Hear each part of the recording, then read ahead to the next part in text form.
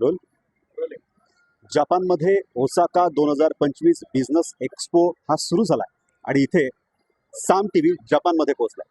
या एक्सपोमध्ये सर्वात महत्त्वाचं म्हणजे महाराष्ट्राचा डंका वाजतोय. या एक्सपोमध्ये पुढील 6 महिने इतिहासात पहिल्यांदाच पुढील 6 महिने महाराष्ट्राचं जे पॅव्हेलियन सकाळ.com आहे देशातील नंबर 1 ची मराठी न्यूज वेबसाईट. प्रत्येक अपडेटसाठी सकाळ.com ला नक्की भेट द्या. आहे इंडिया पॅव्हेलियन हे इथे कार्यरत असणार आहे आणि याचं उद्घाटन मंत्री उदय सामंत यांनी केलेलं आहे. आपण बघू शकतो जपानी जे लोक आहेत, जे परदेशी लोक आहेत, ते सुद्धा महाराष्ट्राच्या पॅव्हेलियनला भेट देत आहेत. महाराष्ट्राची परंपरा, संस्कृती हे सगळं दाखवण्याचा इथे प्रयत्न केलेला आहे.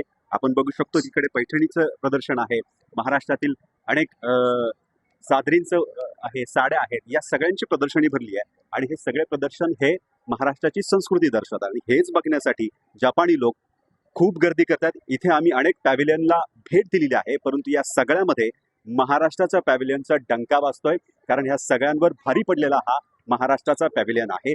त्यामुळेच इथे प्रचंड अशी गर्दी जपानी लोकांची आपल्याला बघायला मिळते.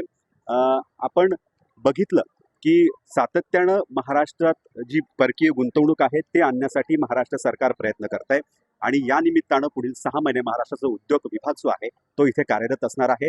येथील जे बिझनेस आहेत, इथे जे उद्योजक आहेत ते महाराष्ट्रामध्ये इन्व्हेस्ट करतील अशी अपेक्षा आहे. त्याच्यासाठी महाराष्ट्रात उद्योग वाढले जातील आणि रोजगार वाढला जाईल, गुंतवणूक वाढली जाईल. हा एक प्रमुख उद्देश हा उद्योग विभागाचा आहे.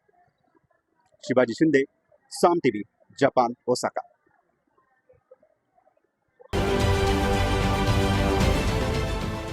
देश विदेशातील प्रत्येक घडामोडींचे लाईव्ह अपडेट मिळवण्यासाठी आता साम टीव्हीच्या सर्व सोशल मीडिया प्लॅटफॉर्मला लाईक, फॉलो आणि सबस्क्राईब करा. तसंच सर्व नोटिफिकेशनसाठी बेल आयकॉन प्रेस करायला विसरू नका.